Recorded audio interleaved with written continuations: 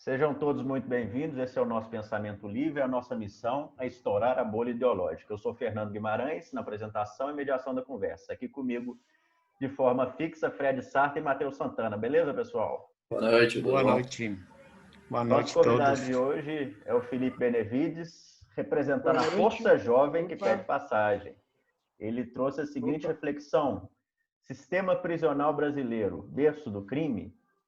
Felipe, seja muito bem-vindo. É uma alegria enorme ter você aqui com a gente hoje. Obrigado por ter aceitado o convite. Você vai ser muito bem tratado, vai ser muito ouvido aqui. E fica à vontade, você tem 21 minutos, você tem 20 minutos para fazer sua exposição, incluindo aí as considerações finais. Muito obrigado.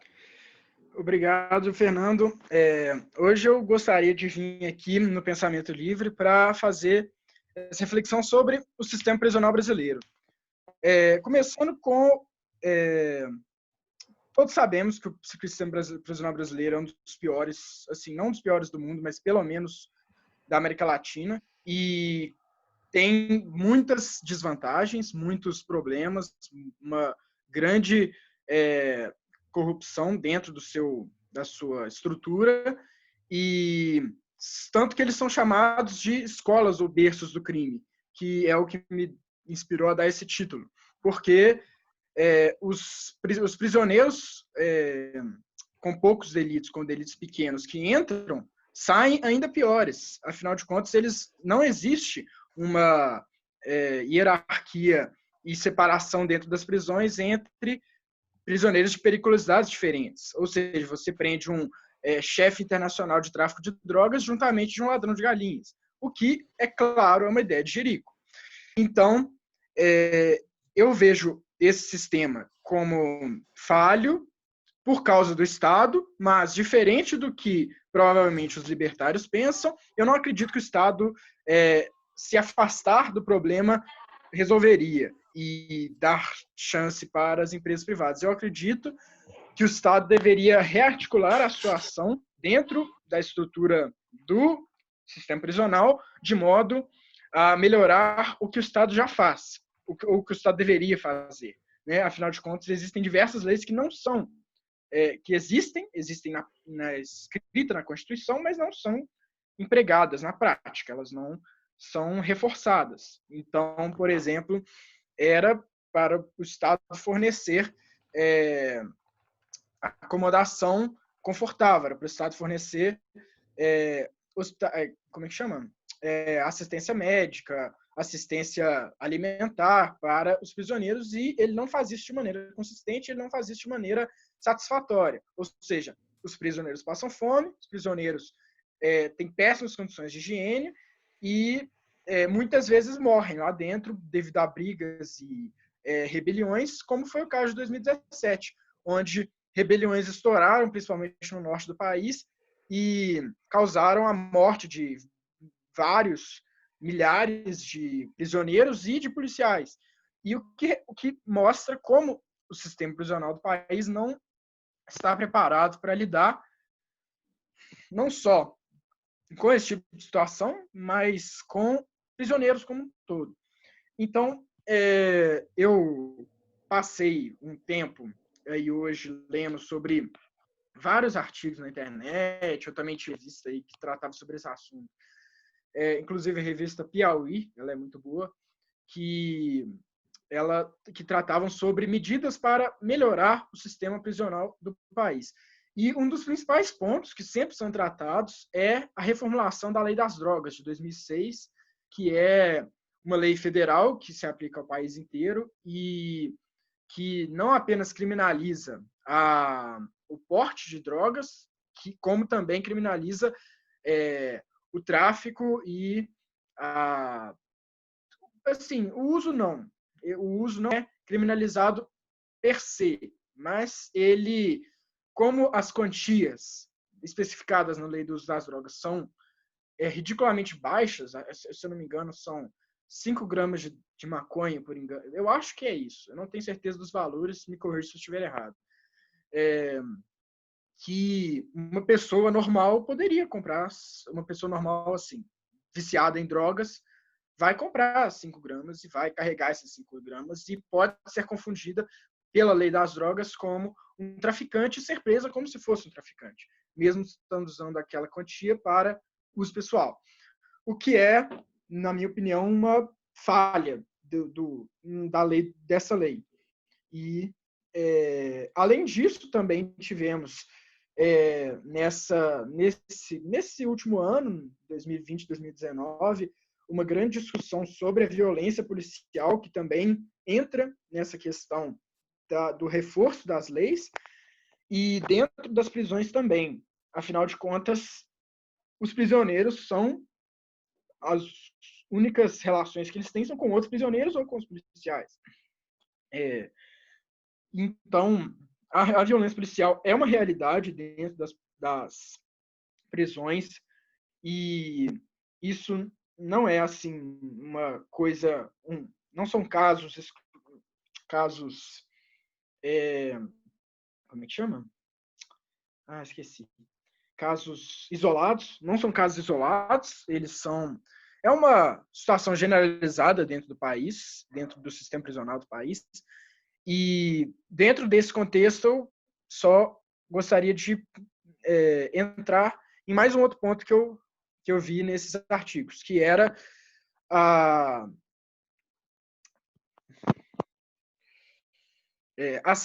que era sobre a junção dos sistemas policiais, que a Polícia Civil e a Polícia Militar são atualmente entidades distintas dentro da União e dentro do governo brasileiro.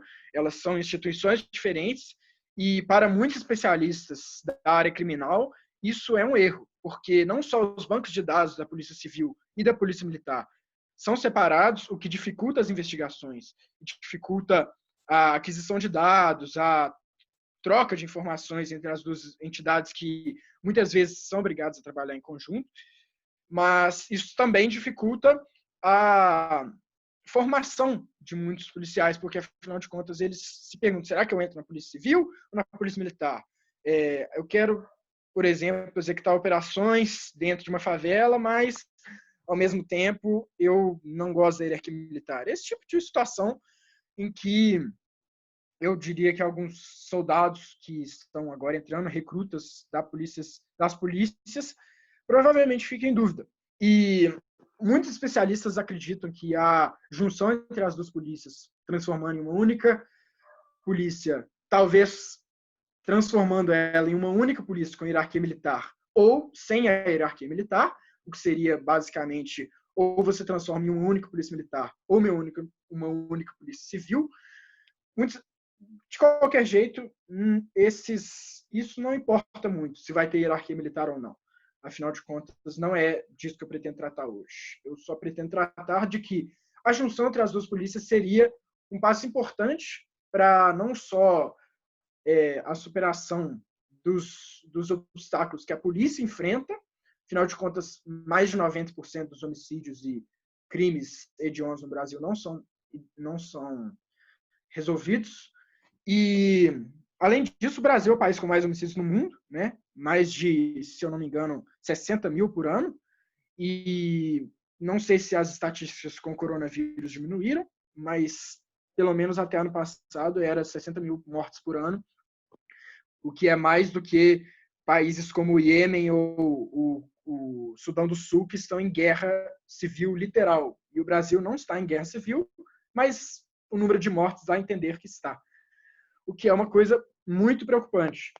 E isso me leva a outro ponto que eu gostaria de entrar, que é a imensa quantidade de presos provisórios que são encarcerados no país. O Brasil, 40% de todos os encarcerados no sistema prisional brasileiro, de acordo com dados de 2017, são presos provisórios, que não foram presos de maneira permanente e ainda não enfrentaram processo judicial, e isso contrasta muito com as estatísticas mundiais, que são de menos de 25%, em alguns países da Europa menos de 15%, e até em alguns países como o Japão, se eu não me engano, as estatísticas do Japão é menos de 5% de presos provisórios. E isso superlota as instituições carcerárias e isso ajuda no processo de sucateamento das prisões que vem ocorrendo nos últimos 20 anos, 30 anos, que é um processo muito visível, civis como eu, pessoas normais como todos nós aqui, na verdade, nenhum de nós aqui é especialista, mas todos nós aqui podemos ver que existe um claro sucateamento das instituições carcerárias no Brasil, e isso, sim, é uma culpa do Estado, e, ao mesmo tempo, é problema do Estado resolver. E, entrando nesse assunto, voltando em uma coisa que eu tinha falado lá atrás, sobre separação entre criminosos de delitos diferentes. Porque isso, pelo menos em outros países, como os Estados Unidos, por exemplo, existe essa hierarquia, entre aspas, né? Essa separação dentro das prisões em relação aos presos com periculosidades diferentes. Afinal de contas, misturar presos que foram que não têm o mesmo grau de ameaça à sociedade, não, pelo menos na experiência brasileira, não é uma coisa que está funcionando. Afinal de contas, isso causa reincidência. Afinal de contas, a taxa de reincidência do Brasil é uma das maiores do mundo, se eu não me engano, mais de 70% dos presos na rede federal, porque foi onde eu vi a pesquisa, mais de 70% dos presos eram reincidentes. E eu acredito que nas redes estaduais e municipais também exista uma estatística semelhante ou até maior. Afinal de contas, os presídios no Brasil são verdadeiras escolas do crime. E, diferentemente do pensamento libertário, que acredita que a iniciativa privada seria uma alternativa e uma solução para esse problema, que provavelmente colocar empresas na gestão das prisões e como modo de resolver essa situação e tirando o Estado do meio. E eu acredito que isso é um erro. Afinal de contas, transformar o encarceramento das pessoas em um negócio, uma coisa lucrativa, não vai dar aos empresários e às pessoas que estão responsáveis por isso qualquer tipo de incentivo para que esses presos sejam reintegrados à sociedade. Afinal de contas, se o dono do presídio, a empresa, o dono do presídio está lucrando com o preso que está ali dentro, apesar de todas as despesas, esse é o negócio daquela empresa, isso não dá nenhum incentivo. Qual é o incentivo dado a esse empresário para que esse preso seja reintegrado à sociedade e saia da prisão?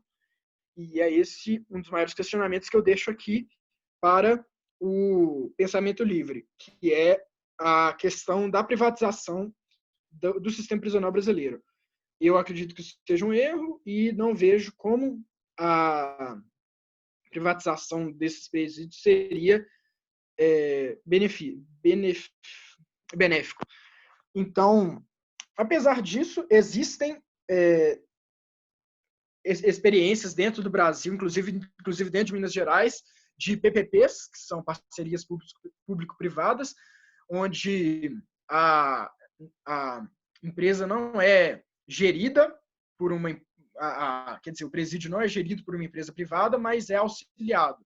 O Estado que gere a prisão é auxiliado por uma empresa, como, por exemplo, ao fornecer assistência médica ou segurança ou alimento. Então, nesses casos, a gente pode discutir isso hoje, sobre uma privatização parcial de uma prisão que poderia ser benéfica. Afinal de contas, existem, se não me engano, no Pará e em Minas Gerais já existem essas parcerias que podem se tornar mais eficientes do que uma gestão única e exclusiva do Estado. E, mais uma vez... Felipe, só para contextualizar, tu sabes dizer em que consistem essas parcerias? Tu tem alguma ideia de qual é o funcionamento? Alguma ideia de como é a situação nesse tipo de cadeias? Eu não lembro, eu não sei exatamente quais são os presídios que têm essa parceria, então eu não sei te dizer exatamente qual é a divisão, se a empresa, o que a empresa é, produz, não, fornece ao Estado e aos presidiários e o que o Estado fornece, mas eu sei que existe esse contrato em que são, entre aspas, divididas as funções entre o Estado e a empresa. A empresa fornece, por exemplo, alimentação ou segurança e não interfere na gestão dos presos em si, e os presos eles estão sob tutela do Estado, efetivamente, e a empresa está ali unicamente como um setor terceirizado. Ela pelo menos no Brasil, nos exemplos que eu pesquisei sobre, é isso que acontece. A empresa é nada mais do que uma função de terceirização para diminuir os custos que o Estado gasta com aquela prisão específica, assim por diante, né?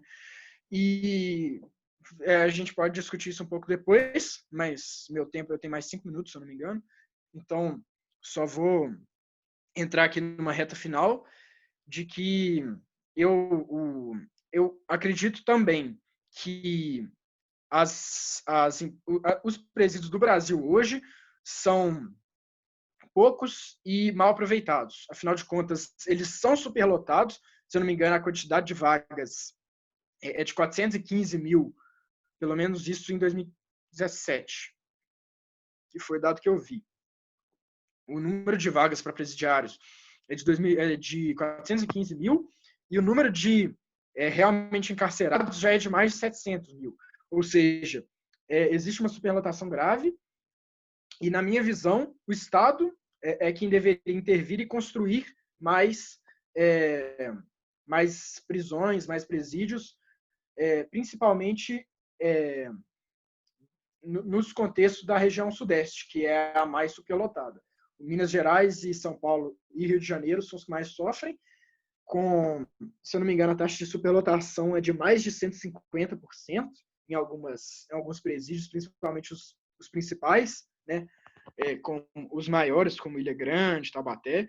E nesse contexto, eu acho que o Estado, como um dos poucos que tem os recursos para construir essas super obras, né? Porque são obras gigantes. Presídios não são coisas fáceis de se construir e de se manter. E nesse contexto, eu acredito que o Estado deveria fazer essa intervenção construindo mais presídios para não só realocar os prisioneiros que já existem, mas também diminuir o número de presos provisórios com alterações na lei e no que consiste em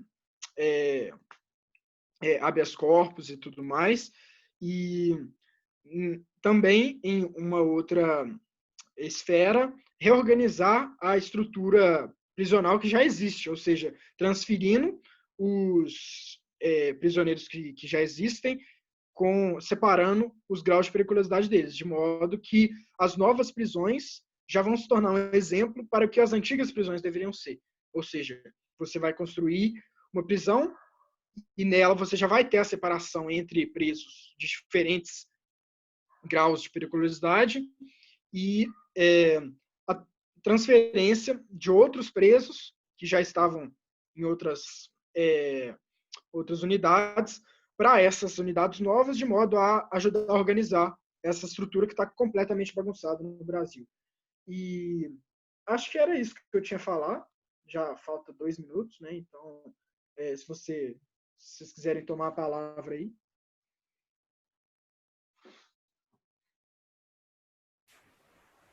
Legal.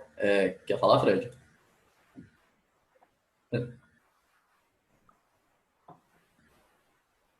Felipe, boa noite de novo, muito bom e principalmente, caramba, tema difícil, tema bem complicado, tema que eu acredito que nenhum de nós três domine, então botou a gente para pesquisar, buscar e, e ver alguma coisa diferente. A ideia, como tal, sempre é mostrar ao convidado uma ideia diferente.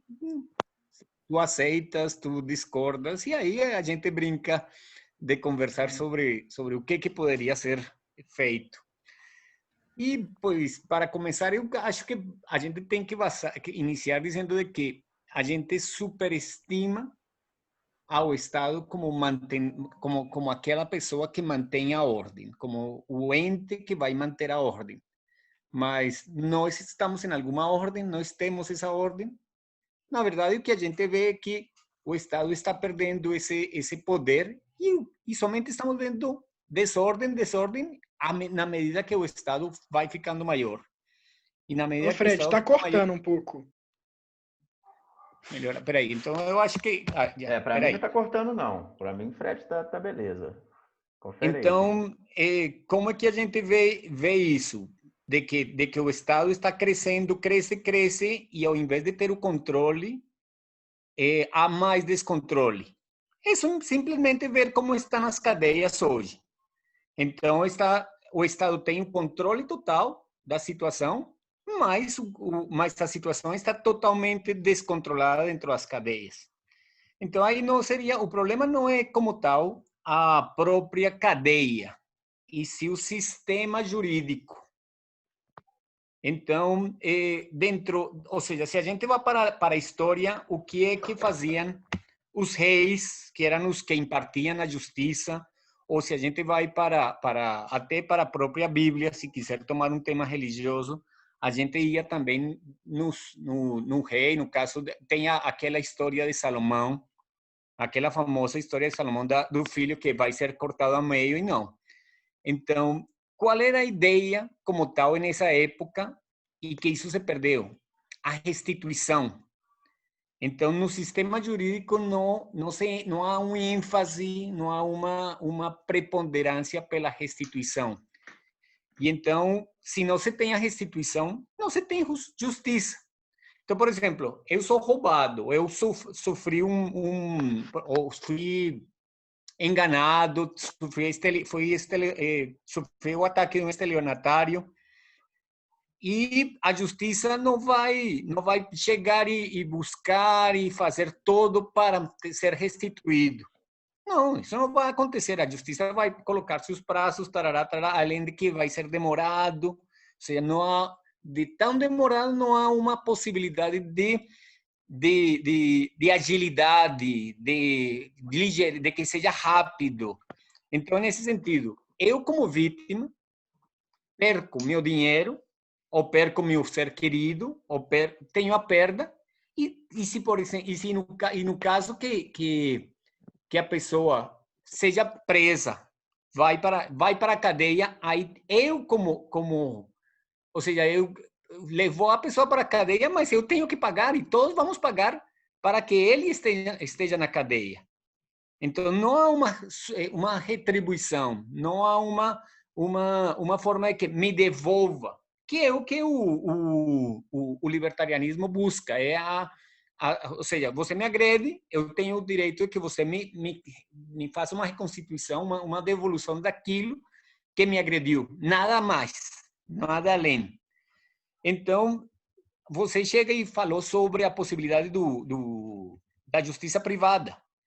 Então, e está certo de que o Estado seja um monopólio da justiça?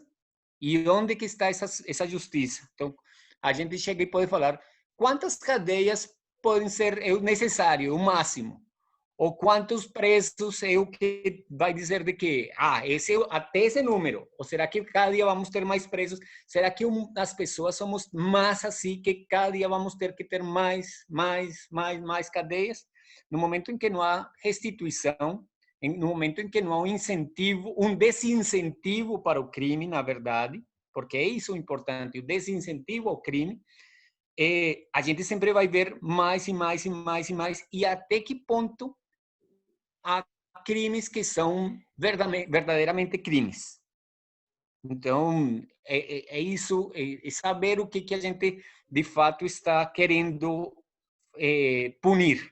Então, em um livre mercado que, para mim, não, o que se buscaria é a dar uma atenção não na punição, e sim na restituição. Então, é ver a situação desde outro ponto de vista. Então, aí, quando eu busco mais na restituição e não na punição, nós não iríamos pagar pelas cadeias. E sim, o sistema de justiça iria dizer, bom, entre menos presos a gente tiver, menor, sempre e quando ele restitua o mal que cometeu com um terceiro. Então, aí o custo do crime recairia sobre aqueles que cometeram o crime e não sobre a sociedade toda. Então, eu acho que essa é a minha visão desde o ponto de vista libertário do que poderia ser feito, e nessa medida deixaria de ser, as cadeias deixariam de ser o berço do crime para ser verdadeiramente locais de, caramba, vai ser ruim estar lá. Hoje é ruim estar lá, mas você vai entrar em uma escola do crime.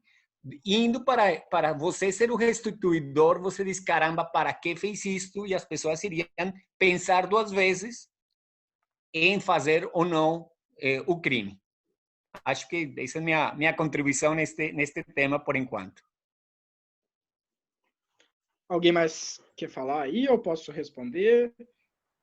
Acho que ia ser legal se você respondesse. E aí, quando eu entrar com as minhas considerações, você já vai estar menos sobrecarregado. Pois é. Bom, eu queria responder um pouco a parte do que o Fred falou sobre a restituição e a punição. Eu concordo com você que hoje o sistema prisional brasileiro ele é focado na punição e não no que eu chamaria de reincidência, né? Porque, assim, você não pode... Se o prisioneiro roubou seu carro e ele foi encontrado e o carro foi devolvido para você, tecnicamente você foi restituído. Mas o que você disse é que, mesmo assim, ele vai ser preso e o custo dele, que se eu não me engano, hoje no Brasil, é mais de R$3 mil por preso, para manter um preso, por mês, né? Você gasta o Estado gasta R$3 mil por preso. Então, aquele preso vai estar custando R$3 mil aos cofres públicos, que vem do seu bolso, né? Que é o contribuinte. Então, você é a pessoa que está pagando para aquele cara estar lá dentro. E eu entendo o seu pensamento, eu entendo que você veja isso como,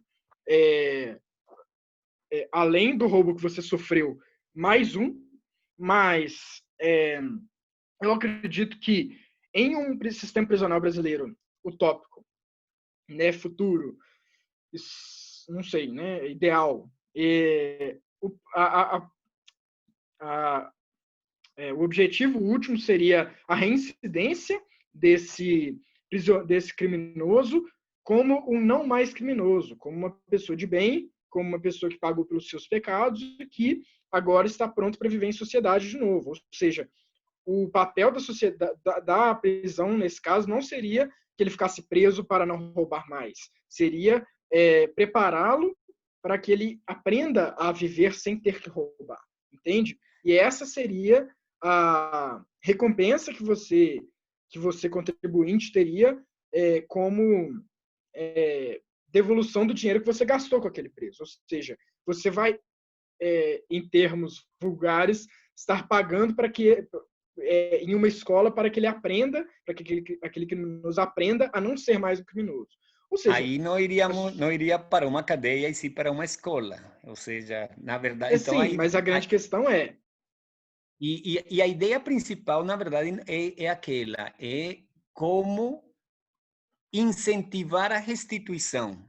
Então, caramba, você roubou o carro, conseguimos o carro, mas o fato de você ter levado o meu carro me impediu, vamos dizer, de fechar um negócio. me impediu de eu levar minha filha ao médico nesse dia, me impediu de ir fazer o meu lazer. Quanto custa isso? Quanto vai custar isso? O juiz vai determinar, o juiz vai determinar se o carro teve alguma averia, se teve alguma... Então, não vai ser em anos, rapaz, você vai ficar 7 anos na cadeia. Por que 7 anos?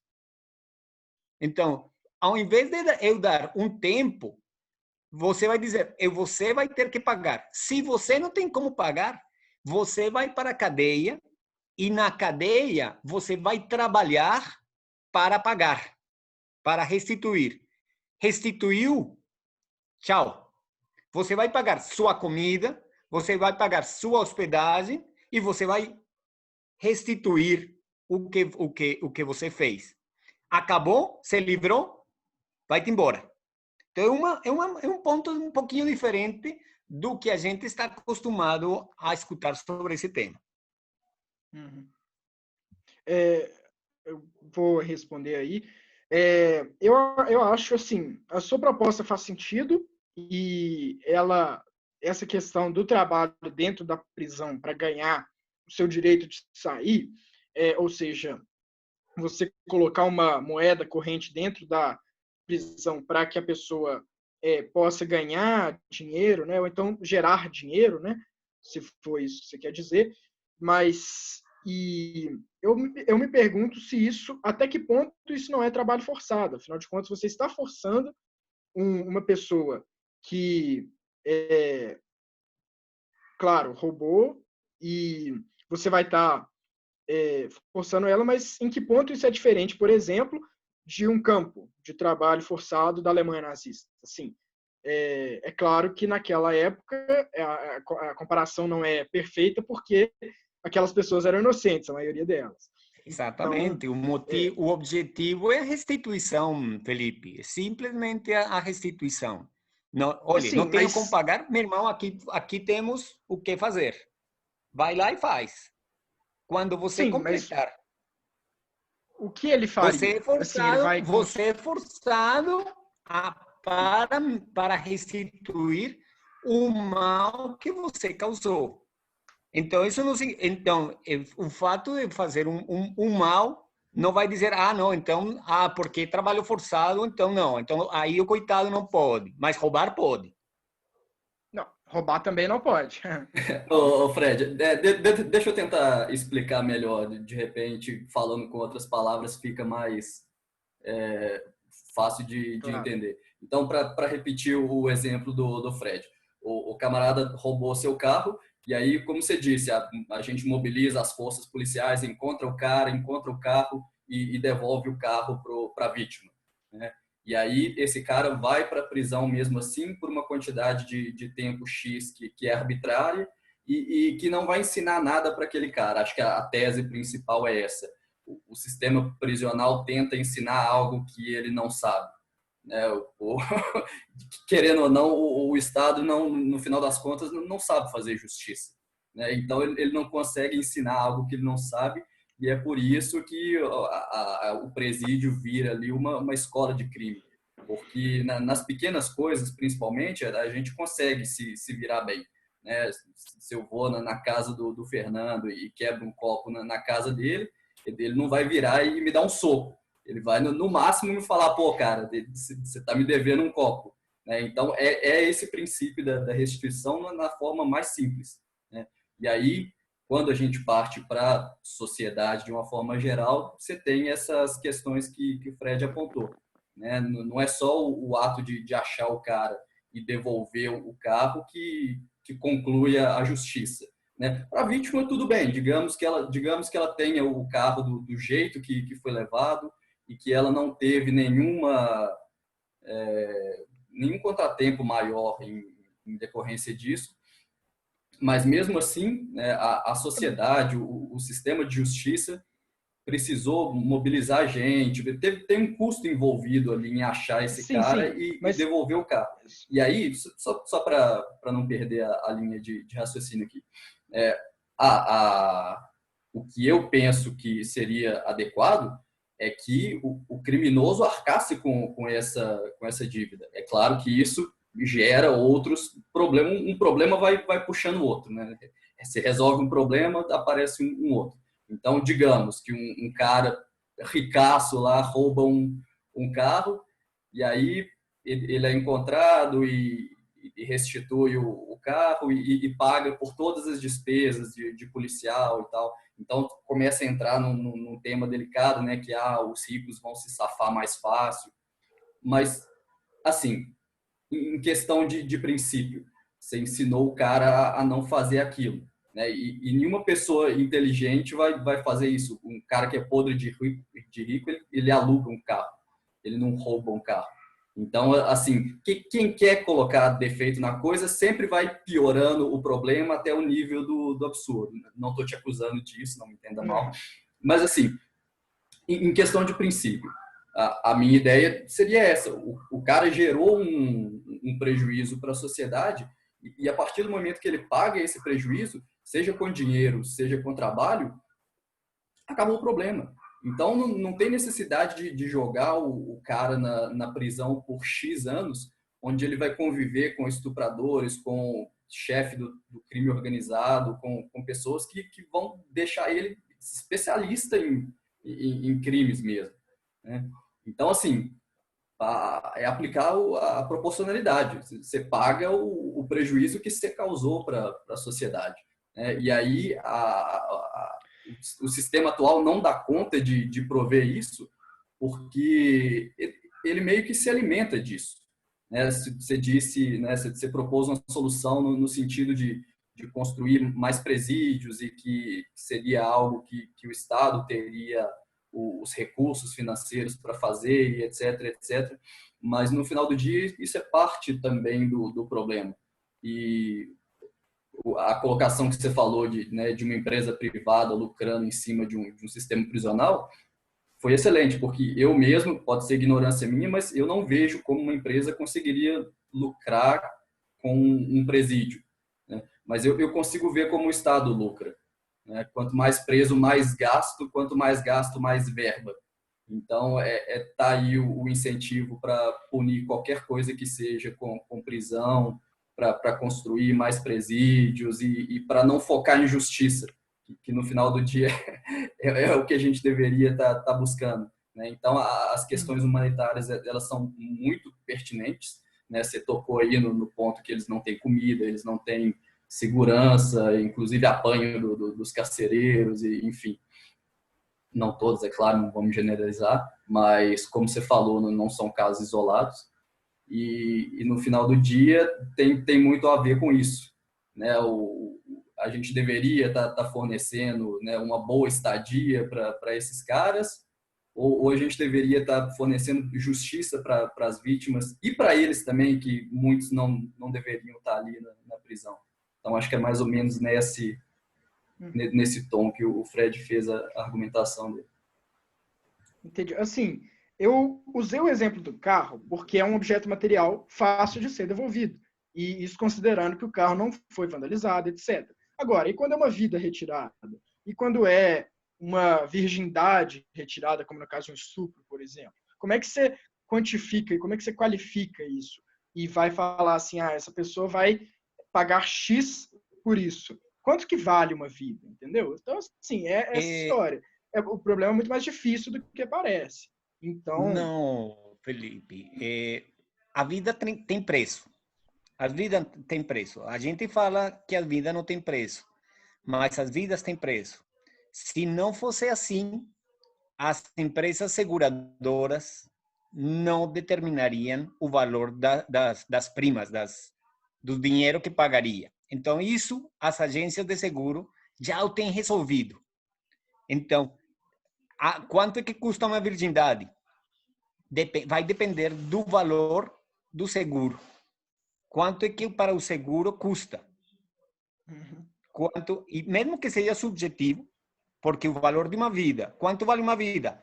Todo o dinheiro do mundo. Quanto vale uma vida para o seguro já está determinado. Então, por exemplo, quando fala... E o valor do seguro também é arbitrário. Eles criaram esse valor. Não é arbitrário, pelo contrário. Há estudos que determinam, por exemplo, dentro da criação das barragens de Brumadinho e tudo isso, quando são feitas as barragens, é determinado um número aceitável de mortos.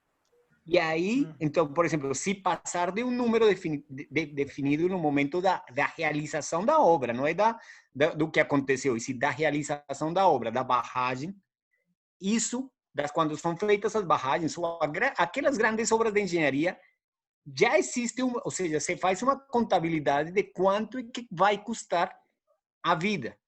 As empresas de seguros sabem muito melhor, eu não vou ter condições de te dar esse argumento, mas eles sabem.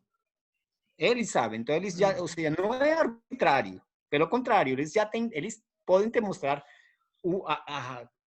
o histórico de quanto é que vale de fato uma vida, e isso é muito simples, é simplesmente quanto é que custa o seguro, qual é o valor. Então, na medida que você vai dando, dizendo, se eu quero pagar R$100 por mês de seguro de vida, tua prima vai ser tanto, teu prêmio, em português é prêmio, teu prêmio vai ser tanto. Se você pagar R$1.000, teu prêmio vai ser tanto. Então, preço de uma vida, e as empresas de seguros sabem como calcular esse valor. Posso entrar aí a primeira vez, Fredão? Só porque vai lá. Tem uns temas aqui meio cabulosos aqui, a gente está falando em seguro. É o seguinte, igual, não preciso negar aqui que a minha cola é o Ancapso, né? E eu tive vários insights aqui na véspera aqui. Mas, por exemplo, o cara estuprou a menina. Não acho adequado que ele pague uma quantia à família da menina e fique... Quanto que custa você ficar o resto da vida num cadastro de agressor sexual que existe nos Estados Unidos? Você nunca mais vai ter um emprego, você nunca mais vai... Você está paquerando uma menina, ela fala, vou ver o cadastro de agressor sexual. Seu nome está lá, o pai dela vê que seu nome está lá. Um cadastro desse não é uma punição inteira. Cadastro de assassinos, cadastro de devedores já existem, mas ele é meio fechado, né? É uma blockchain poderosa aí, um cadastro desse que você não tira de bobeira, seu nome está lá para sempre. Entendeu? É uma alternativa também. Mas deixa eu colocar uns pontos aqui que já passaram, que é prisão privada. Na verdade, assim,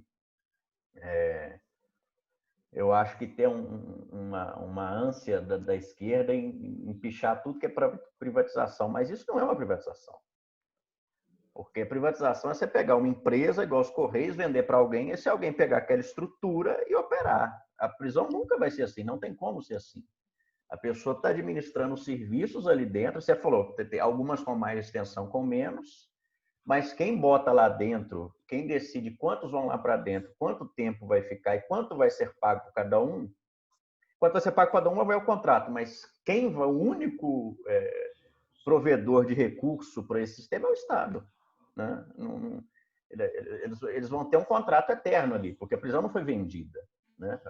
A operadora da prisão, ela não vai dar as regras. Ela está intimamente, a prisão está intimamente ligada à questão da justiça. É a justiça que manda, que gasta uma grana para tirar um cara lá de dentro só para ele encontrar o juiz, levar ele até o juiz e voltar. Né? Mas, enfim, eu queria trazer um triângulo para os próprios libertários aqui, porque se a gente tem um monstro aí, que é uma polícia monopolista da violência, é uma justiça monopolista, você não concordou com nenhuma das duas, você vai ser preso por uma, julgado por outra, isso tudo é coerção. Eu acho que a solução possível, dificílima, mas possível dentro do Ancapistão é não existir o encarceramento. É a gente buscar, como eu disse, a questão da restituição da blockchain, do cadastro público, e expurgar, porque encarceramento é coisa de idade antiga, né? O Felipe gosta de história. E encarceramento existe desde que existe um homem. E a gente não trouxe a solução para isso.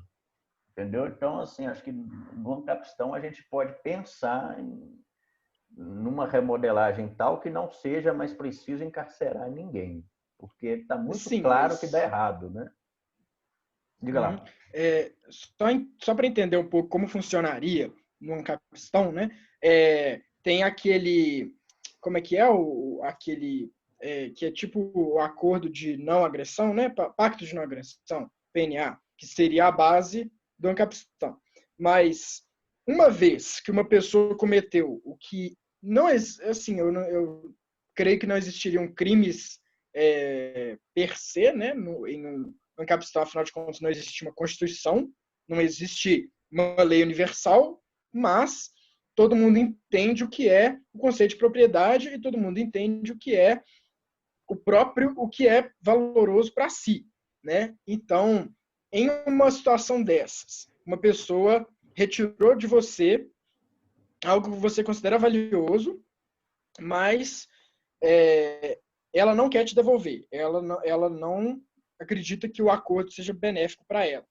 E quem vai ser o intermediário para resolver isso em um mercado livre, né? Por exemplo, em um livre mercado livre não, né? Em um livre mercado, quem vai ser o intermediário digamos, desse acordo e quem que vai calcular, entre aspas, o quanto vale a sua perda, né? Porque você disse que o encarceramento não seria uma alternativa, pelo menos não seria a alternativa ideal. Qual seria a alternativa ideal para punir essa pessoa? Retirar todos os bens dela para pagar? Digamos que ela seja mais pobre que você, mas, tipo assim, que ela não tenha condições de te pagar o que ela retirou de você. E aí? Felipe, para eu te responder, a gente sai completamente do tema proposto, né? Quase que completamente, porque ainda tem alguns pontos que eu acho que deveriam ser colocados em relação à lei estatal atual, à população carcerária. Eu acho que isso é importante, assim, não quero te deixar sem resposta, mas dentre um e outro, entendeu? A gente poder falar num segundo momento sobre justiça privada e agora sobre a questão do encarceramento. Vamos ver se dá tempo. Porque deixa eu te falar o seguinte, você falou a questão do porte de droga. Acho que esse é um ponto muito pacífico dentro do anarcocapitalismo, que você importar, produzir ou comercializar droga é crime sem vítima. Quem é a vítima do seu crime? Você está vendendo uma substância que o Estado diz que você não pode. Isso é crime sem vítima. Estou errado ou não? Assim, eu poderia falar que o crack, por exemplo, tem muitas vítimas. Assim, a maconha não, por exemplo. A maconha não vicia ninguém. A maconha não faz com que uma pessoa venda tudo, mate a própria mãe para comprar. Você está ignorando o livre-arbítrio aí. Eu não te obriguei a comprar, você comprou porque você quis. Sim, mas né? É claro, a pessoa agora, começou a usar crack porque ela quis, mas se o crack não existisse... O problema é que o crack existe, né? Isso não é vai se enquadrar como crime. Mas, enfim, isso... eu não sei, eu achei até que você teria pesquisado esse dado, é por isso que eu não pesquisei. Grande parte da população carcerária está ali por causa desses crimes. Que eu já citei, e mais a violência decorrente desses crimes, que é acerto de conta, o cara matou por causa de dívida de droga, então é muita gente. Então, só de você descriminalizar, em vez de você pegar essas cadeias lotadas e criar mais para lotar mais, você esvazia. Né? Assim, mas o cara é um indivíduo perigoso pelo fato dele transacionar droga, porque é uma substância proibida arbitrariamente, entendeu? O que é droga, afinal? Açúcar é droga, cerveja é droga. Isso vicia, isso faz um mal danado. Mas ninguém é preso por vender isso, entendeu? Eu uso os dois, mas o problema é meu, livre-arbítrio. Eu sei que faz mal, entendeu? Eu diria que uma droga, ela pelo menos... Oi? E outras que não está falando, mas tudo bem. Tudo lícito. Faz mal no cacete. O que eu vejo é que, assim, eu pelo menos não consigo, em sã consciência, defender que o porte, que a venda de crack seria uma coisa normal, sabe? Porque, assim, o crack é, sem dúvida, uma droga, assim, realmente pesada, porque ela vicia quimicamente o usuário. Ela vicia, ela faz, causa uma dependência química forte e pode eventualmente levar à morte. E leva a diversos problemas. A cocaína, quer dizer, o crack é um derivado da cocaína, né? E diversas outras, heroína, etc. E essas drogas, elas são comercializadas em grande escala por esses traficantes, porque esses traficantes não são diferentes do Al Capone. O Al Capone se aproveitou da lei seca de 1920 e 1920 e não sei quanto, para vender álcool, e ele era considerado um traficante pelo Estado. E nessa visão, você pode dizer, sim, o álcool, eu pelo menos não tenho nenhum problema com o álcool lícito, né? Ele causa muitos problemas. Se você for ver quantos problemas o álcool causa, que é uma droga liberada, e o tabaco também, e quantos problemas a maconha causa, que a maconha não é uma droga criminalizada, os problemas que a maconha causa são muito menores, né?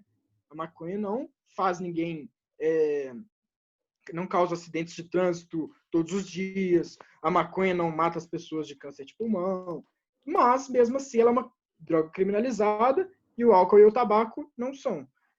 E tem toda essa questão da arbitrariedade, dos conceitos que o Estado cria, né? E nesse ponto eu concordo com vocês. O Estado muitas vezes tem conceitos que são muito pouco comedidos, né? Eles criaram essas coisas principalmente por heranças do passado, né? A maconha tem muita da carga afrodescendente aí, que ela é proibida nos Estados Unidos e em boa parte do mundo pela carga de racismo que ainda tem e o preconceito que se tem com a maconha, mas o assunto aqui não é maconha, né? O assunto aqui não é descriminalização das drogas. A gente entrou nesse assunto um pouco. Entrou demais. Mas, assim, só para não ficar sem a solução aí uma solução libertária para esse problema, é voltar e utilizar a ética pura, né? Tem alguém decidindo o que é lícito, o que não é, o que é crime vender, o que não é. Ou seja, como é que eu resolvo isso? Eu questiono. Alguém tem o direito de dizer o que eu posso colocar dentro do meu corpo, o que eu posso comprar, ainda que isso me mate? Não tem. Não. É a questão a solução pela ética pura. Mas já que a gente não estava discutindo a questão da liberalização das drogas, é para esvaziar a cadeia, né? A gente já seria um problema. Em vez de criar mais para encher mais e gastar mais, ver bem, refletir bem. Isso não é a solução ANCAP, não, né? Isso é uma solução mais ou menos, solução meio perneta. É você ver quem é quem deveria estar preso. Quem é perigoso, é quem ia sair de lá matando todo mundo. O cara que traficou droga uma vez, ele é perigoso, ele deveria estar preso. O cara cometeu um crime passional, matou uma pessoa, mas ele nunca fez mal a uma mosquito na vida dele toda. Depois de velho, ele matou uma pessoa, um crime passional. Ele não é perigoso, né? Então, é um crime.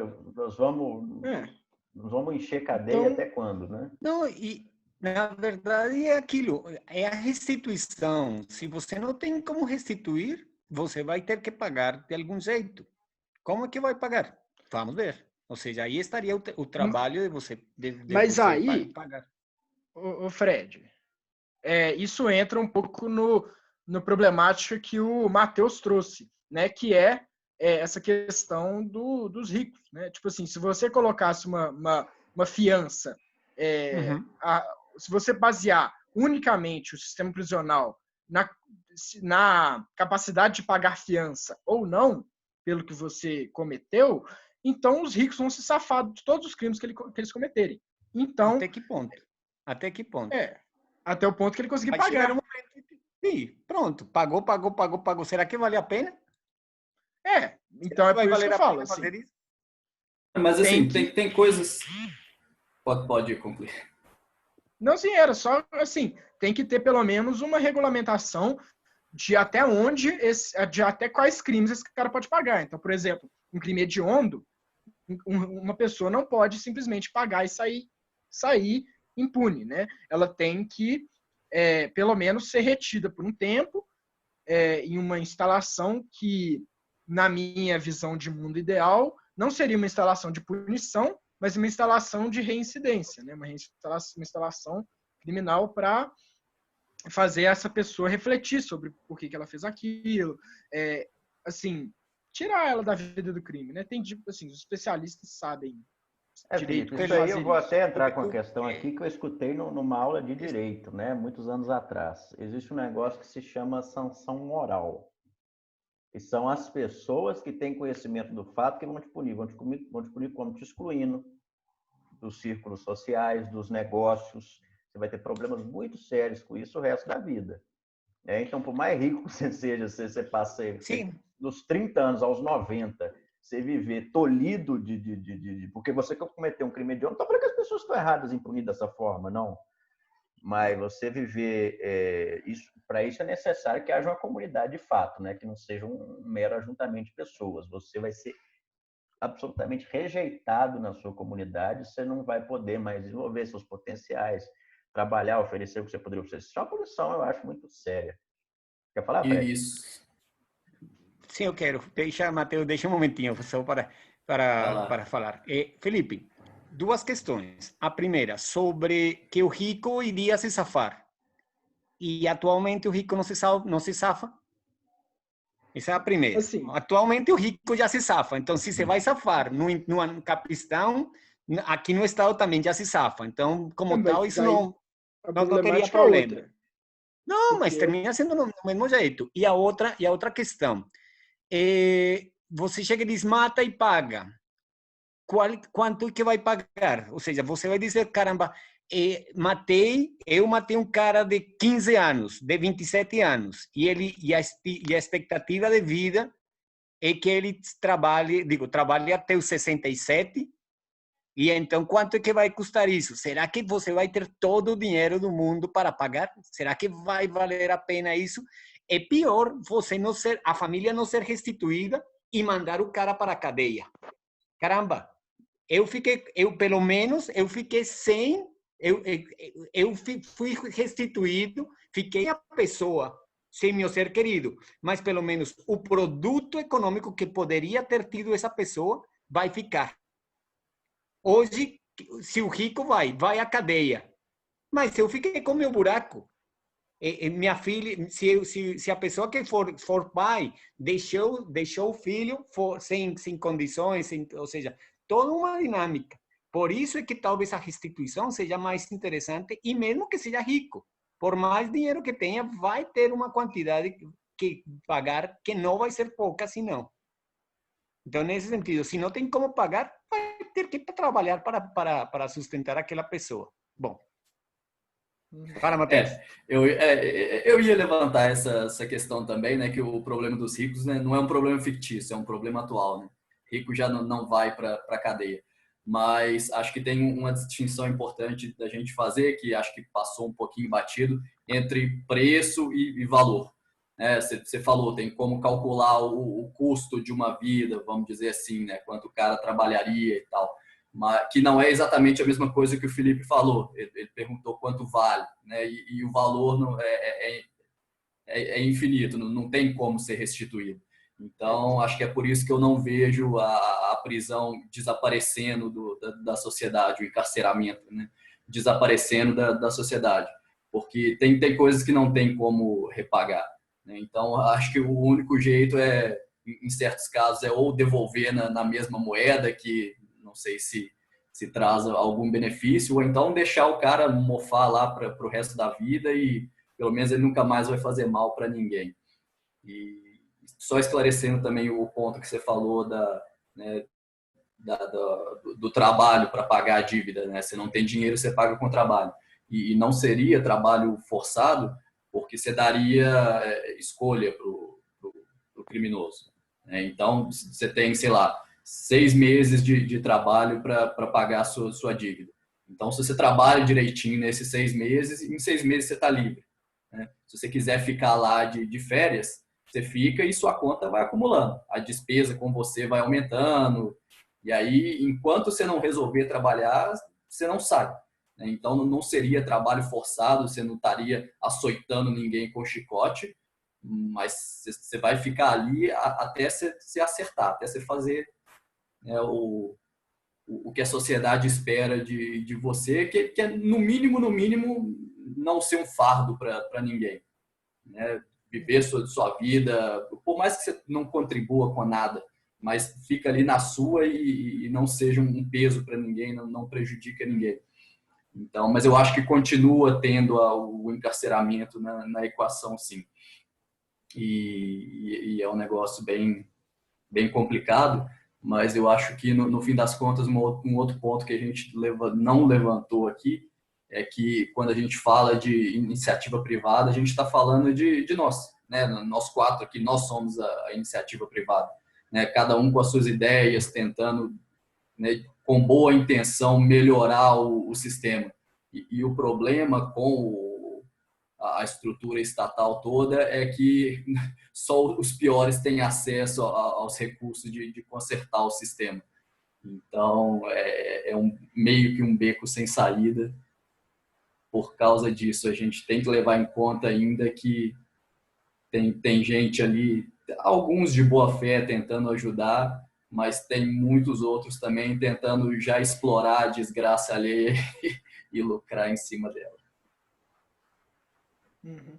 Eu só respondendo ao que vocês dois falaram, a problemática dos ricos se safarem com crime hoje no Brasil é um problema da corrupção e não do sistema prisional brasileiro, porque o Estado como um todo é corrupto e, é claro, isso vocês como libertários podem até atribuir isso à própria existência do Estado. Quase diversos estados do mundo são corruptos ou já foram, etc.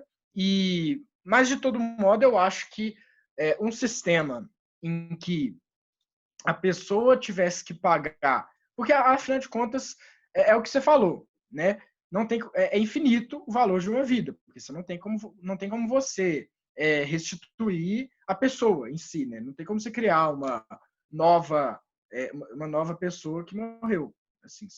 Mas você poderia, em questão de puro valor econômico, restituir com esse tipo de trabalho que vocês falaram. E eu entendo, né, que exista essa hipótese, tipo assim, você vai ter esse tempo para você trabalhar, se você não quiser trabalhar, você fica aí para o resto da vida, mas, de todo modo, uma coisa que me incomoda um pouco nesse pensamento é, assim, o preso, ele não está ali só para pagar uma dívida, ele está ali para aprender, para não cometer um crime de novo. Então, assim, não é só para ser punido, não é só para restituir, né, a sociedade, é também para que ele seja reintegrado. Então, assim, são os, digamos, dos objetivos que eu vejo, ou que deveria ser, né, um dos objetivos da prisão, seria reintegrar o preso à sociedade de modo que ele não cometa mais crimes. Então, é o que eu falei como, entre aspas, uma escola, né? Ele entra lá, ele participa de, sei lá, diversos... eu não sei, assim, eu sei que existem, se eu não me engano, lá em Portugal e acho que é na Suécia, eles já têm esse tipo de sistema de reintegração de prisioneiros, e eu não sei os detalhes, né? Não sei como isso é feito, não sei como eles induzem psicologicamente o indivíduo a não cometer mais crimes, né? Mas eu sei que restituir não é o único objetivo do encarceramento. Reintegrar o indivíduo é o outro, né? Mas lembre que quando dói no bolso, a pessoa fica mais contida. Sim, mas de todo jeito eu acho que o problema econômico não é o único, né? Assim, tem toda a questão da moralidade disso, sobre se a pessoa... porque, assim, né, se o cara for um psicopata, se ele for um serial killer, ele nunca vai querer parar de matar, ele gosta de matar. Então, assim, é uma situação completamente diferente de uma pessoa que roubou, sei lá, uns celulares para comprar droga, entendeu? São situações completamente diferentes. Então, eu acho que você quantificar... Mas não vai ser pela exceção que vai virar regra. Sim.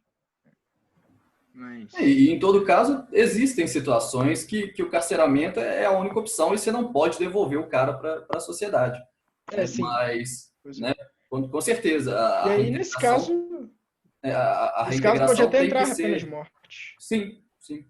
Meus caros. A pena de morte, eu já não sei se eu concordo, porque entra na questão de, assim, eu não teria coragem de fazer, logo, por extensão da lógica, eu não defendo. Mas não vamos entrar em pena de morte, porque é um negócio denso. Nem tempo. Voltando para a questão do trabalho. Eu acho que cumpre bem o papel de reintegrar.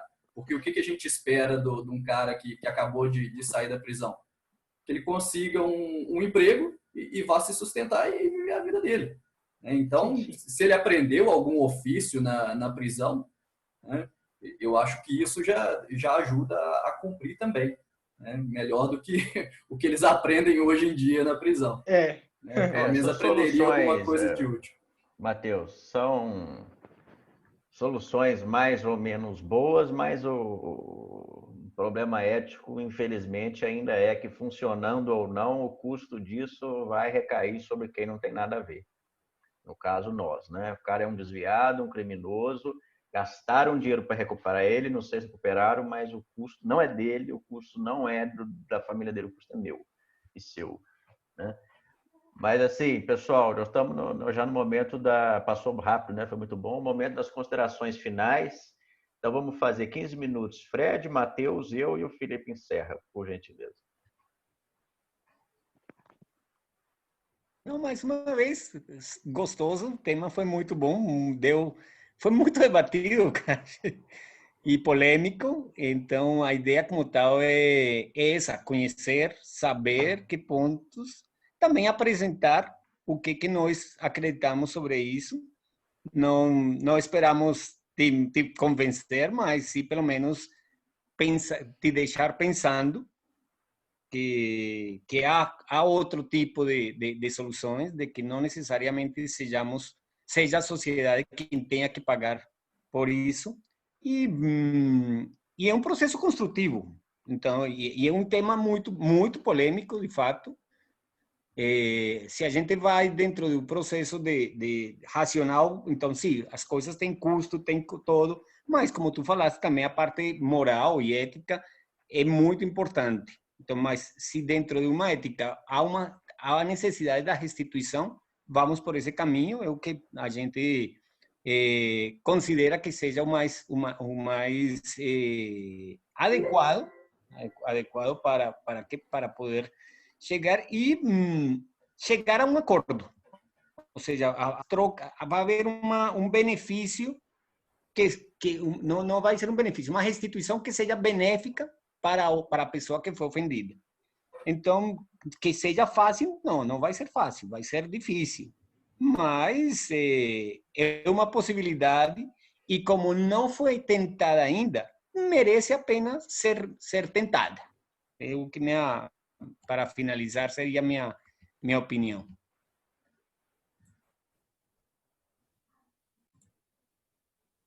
Bacana. Acho que eu posso finalizar então agora. Agradecendo aos colegas, ao Felipe também, um cara inteligente, trouxe aí bastante coisa para a gente pensar. E eu queria ter tempo para discutir aí, parece que ele tem várias visões de como fazer melhoras incrementais aí na estratégia de estruturação da força policial, em questões mais logísticas. E eu acho que isso faz parte quando a gente começa a pensar nessas coisas. A gente vai virando por caminhos totalmente inesperados, igual eu acho que aconteceu hoje. A gente tocou em vários temas extremamente polêmicos e tudo isso partindo de vamos melhorar aqui o tamanho do presídio, consertar um pouquinho a superlotação. Eu acho que é um exercício bem bacana que a gente fez e tenho muito a agradecer a todos aí. Opa, olha, esse foi, você veja aqui, essa questão da guerra às drogas, ou proibição às drogas, eu sabia que ia entrar e entrou, a gente tem que tomar o cuidado ali até quando para ela não tomar conta, né? Da questão da relação de criminalidade e miséria, eu pensei que pudesse entrar e não entrou. E o Felipe colocou unificação de polícias, nem falado foi. Né? Eu também acho que eu não tenho muito a falar a respeito aqui. Uma reflexão que eu deixo é a questão se o direito à autodefesa não inibe o crime, né? Porque o nosso direito à autodefesa, pelo menos no Brasil, simplesmente não existe, né? Então, é a questão de motivadores, né? O que motiva o cara a cometer o crime? É a possibilidade de ser pego, né? Então, se não existe autodefesa, não tem possibilidade de ter uma reação proporcional, a possibilidade de ser descoberto. Então, é muito legal a gente discutir do ponto de vista de incentivos, né? Porque os incentivos, eles talvez levam a gente a pensar como é que o ser humano se comporta e quais seriam as soluções.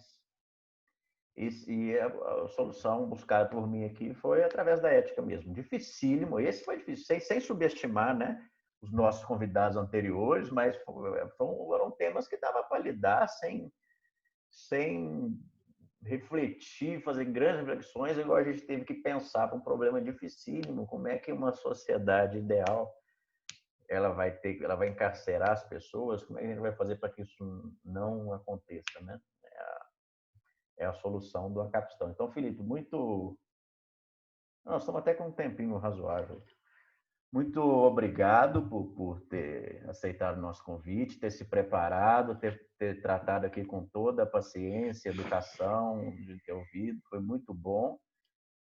Você está de parabéns, todo mundo está feliz aqui com a sua participação. Feliz de saber que você está até indicando novos convidados. Eu espero que tenha sido bom para você, que você tenha tido uma noite de quarta-feira melhor do que o normal, que você tenha se divertido e ter tido um momento prazeroso. Muito obrigado e pode encerrar para nós.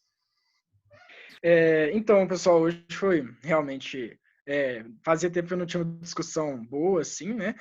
Com pessoas que, assim, são opostos, né? Eu tenho um pensamento quase radicalmente oposto de vocês, mesmo eu não sendo uma pessoa radical. Eu sou uma pessoa, assim, não sou esquerdista, radical, fico defendendo Estado e tal, assim, eu sou normal. Eu sou uma pessoa, assim, nem ligo tanto para política assim, mas mesmo assim, meus ideais já se opuseram radicalmente aos de vocês, né? Então, eu achei interessante, vai me deixar pensando, porque eu cheguei aqui com um pensamento assim, não é possível assim que eles defendam isso, mas defendem. Então, assim, não tem muito outra...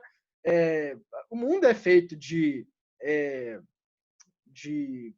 uma grande variedade de pensamentos e de opiniões, e a gente sempre tem que aprender a lidar com isso. Eu admirei muito quando meu irmão me falou que pensamento livre existia, para colocar, nem necessariamente em xeque, né, mas colocar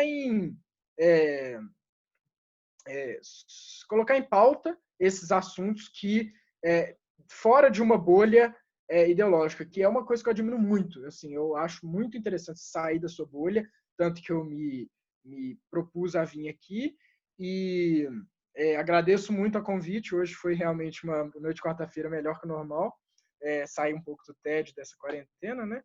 E agradeço aí pelo convite.